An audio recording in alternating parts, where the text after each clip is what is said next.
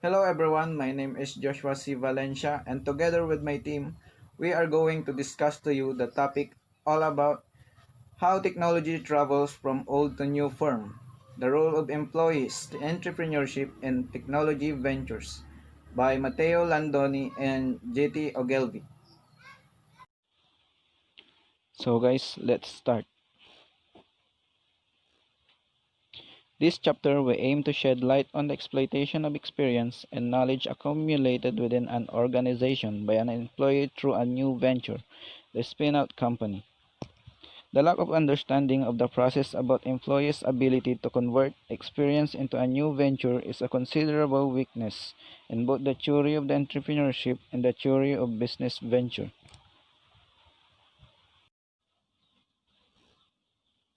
We argue that we can observe the pattern of creation of new technological enterprises when knowledge flows from incumbent firms to new ventures through employees' entrepreneurship.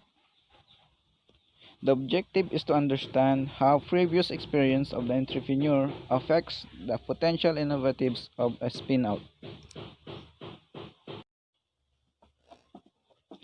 The present chapter aims to determine if the new business started by a former employee is in the same business or if it is business related to the parent company, to consider the role of knowledge recombination in entrepreneurial teams, and the behavior of this particular kind of entrepreneur.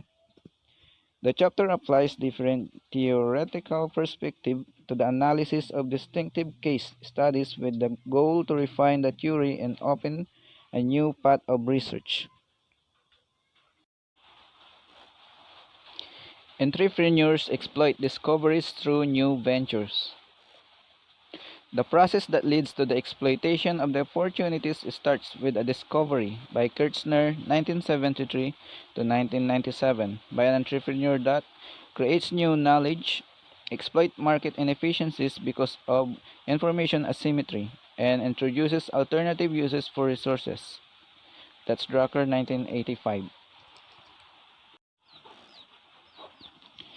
Several scholars see spin-outs as the main source of innovation, like Anton and Yao, 1995, Christine, 1993, Henderson and Clark, 1990, Klepper, 2001, Tasman and Anderson, 1986, Wiggins, 1995.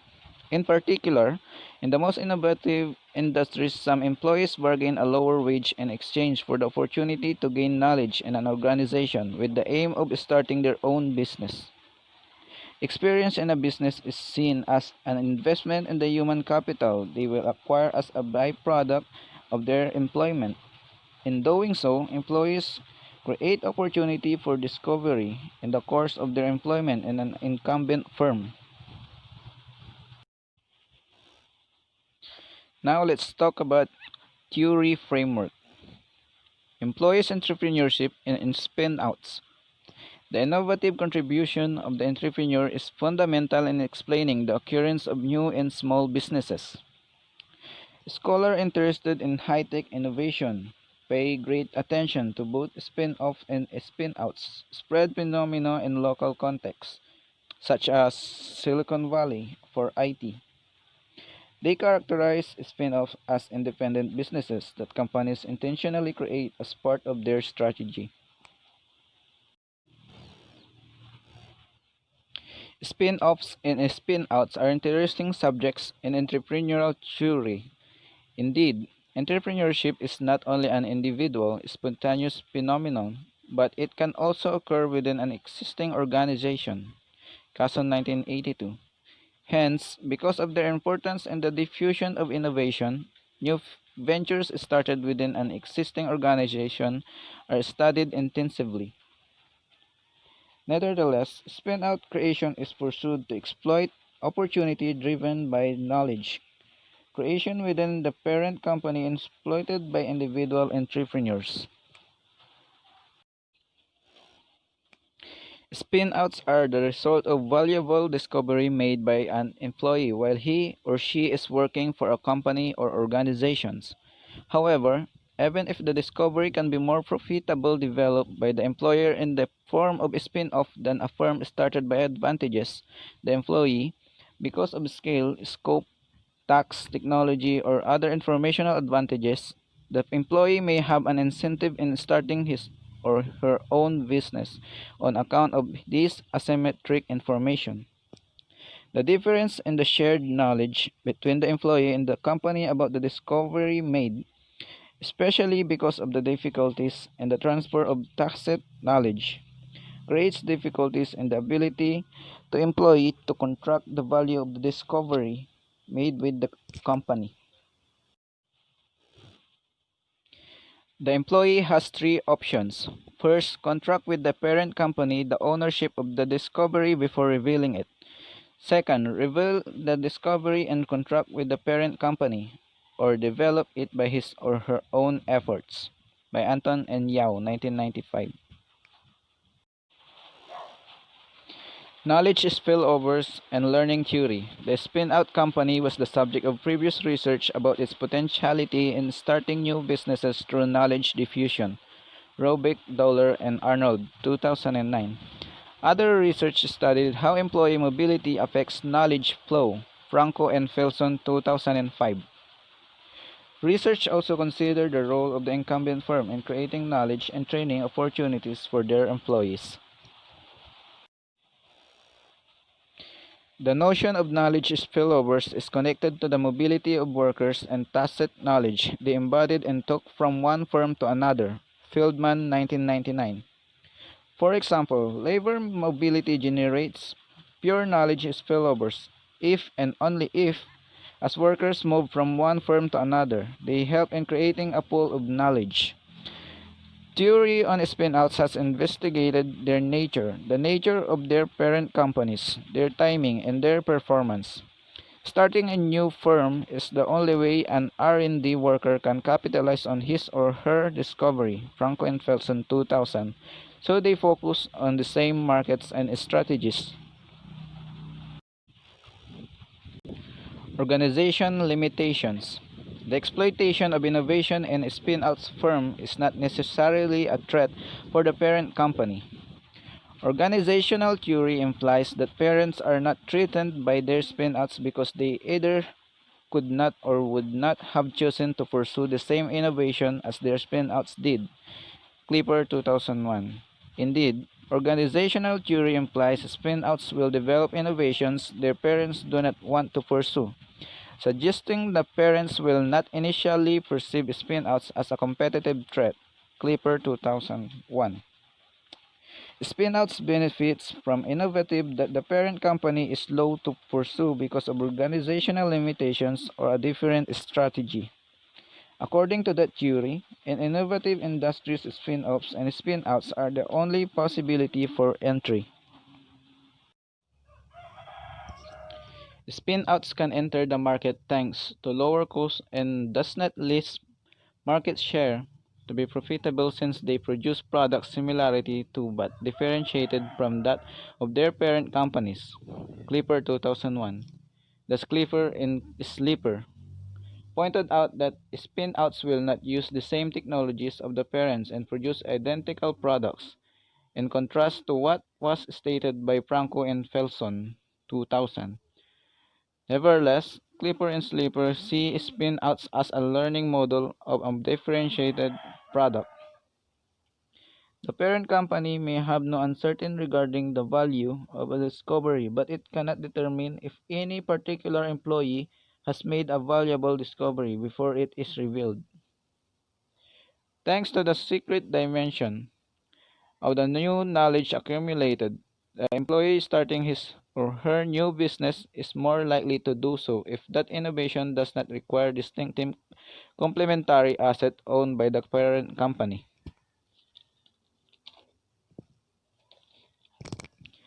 However, not only companies suffer from the organization limitations in exploiting innovative discoveries.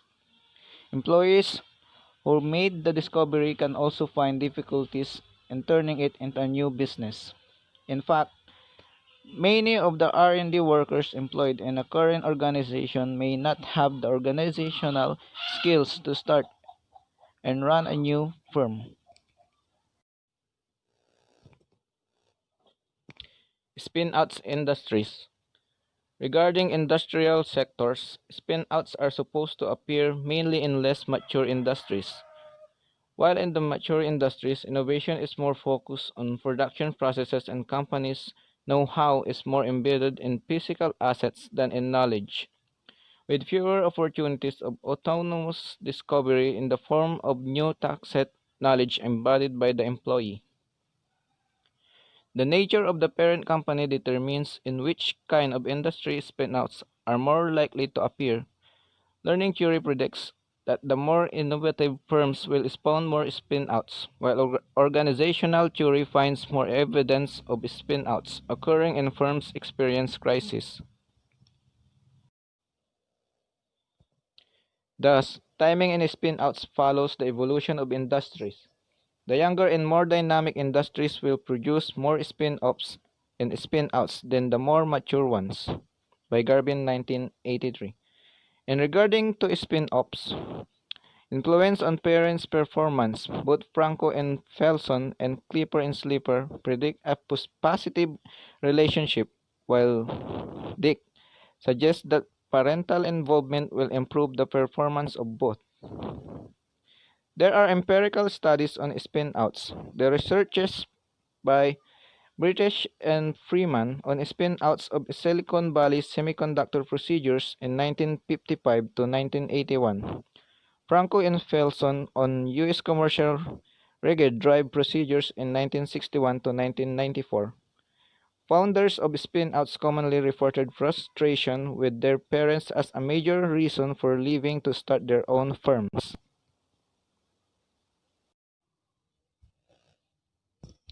Spin-outs entrepreneurs, an empirical exploration, methods and data. To find confirmation of either learning or organization theory, we analyze severe case studies. The main reason in favor of case analysis research lies in the difficulties of collecting a sufficient amount of data due to secret dimension of knowledge accumulation, responsible for a great underestimation of the real value of the phenomena. The choice of case studies is generally justified by how and why research questions. Theoretically, the reason an employee quits a company to start a spin-out is to exploit a discovery made. We want to control the relevance of theory, observing how prior experience affects the formation of spin-outs. Indeed, as suggested by Bresci and Lissoni, studying more in depth and career paths of a few key professional figures is an extremely interesting avenue of research.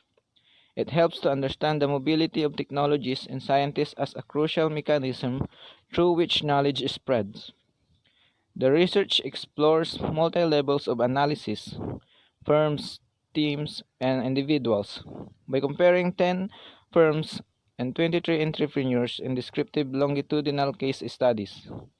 For this purpose, the taxonomy provided by Pavet 1984 is usually for distinguishing research-intensive activities. Case analysis. Through the case analysis, some observation led to finding that partly fit with the theory, and it part shed light on literature's gaps that need to be tested empirically. Concerning the definition of successful spin-outs, we follow a new approach in the literature that considers the goal of an innovative venture to pursue acquisitions by an incumbent firm. According to this perspective, we consider the successfulness of spin-outs as being acquired by other companies. Although cases cannot prove a theory, they can easily falsify theories and provide further insights about existing theories, be an inspiration for new ideas, and show how the conceptual argument might actually be applied to reality. Observation in the internet-based industry. In the internet-based industry, in only one company, all the entrepreneurs come from the same company, which operates in the same industry of the spin-outs, although with a clearly different market application. YouTube competes in the video hosting market, PayPal is an e-commerce application. Observation in the biotech industry. In the sample relative for the biotech industry, there is not even one example out of 9 spin-out entrepreneurs of an employee who worked for a biotech company before starting own venture. Most of the spin-out entrepreneurs come from universities or research institutions, 7 out of 9, which are clearly research-intensive positions.